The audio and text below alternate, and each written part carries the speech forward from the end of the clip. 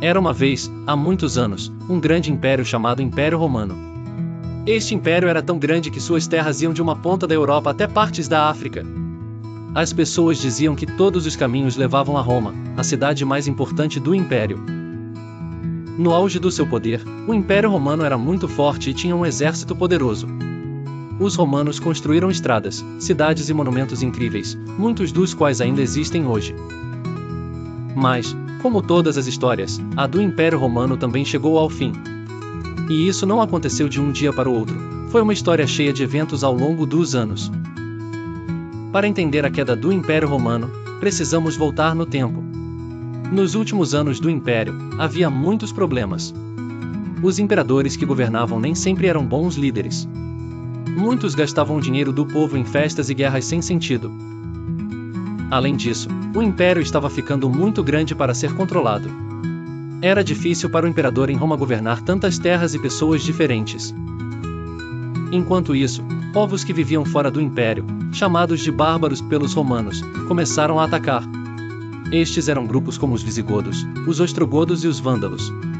Eles vinham de lugares frios e queriam terras mais quentes e férteis para viver.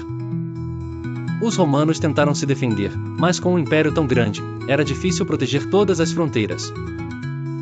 Dentro do império, as coisas também não iam bem. Os romanos estavam divididos. Havia discussões entre eles sobre quem deveria ser o líder. Alguns generais queriam ser imperadores e muitas vezes haviam lutas entre eles. Além disso, muitos romanos não acreditavam mais que o imperador pudesse resolver seus problemas.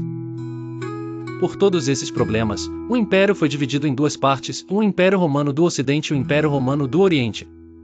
Isso deu um pouco de alívio, mas a parte ocidental não durou muito. A cidade de Roma foi invadida por Alarico, o líder dos visigodos, em 410 d.C., e, em 476 d.C., um chefe germânico chamado Odoacro depois o último imperador romano do Ocidente, Rômulo Augusto. Mesmo que o Império Romano do Ocidente tenha caído, o Império Romano do Oriente, também conhecido como Império Bizantino, continuou a existir por muitos outros séculos, até o ano de 1453. A queda do Império Romano foi uma mistura de muitos fatores, líderes fracos, ataques de fora e problemas internos. É uma história que nos ensina sobre a importância de bons líderes e de estarmos unidos para enfrentar desafios.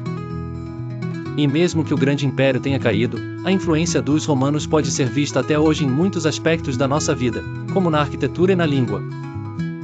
Essa história nos ajuda a lembrar que, às vezes, grandes coisas acabam, mas elas deixam ensinamentos importantes para o futuro.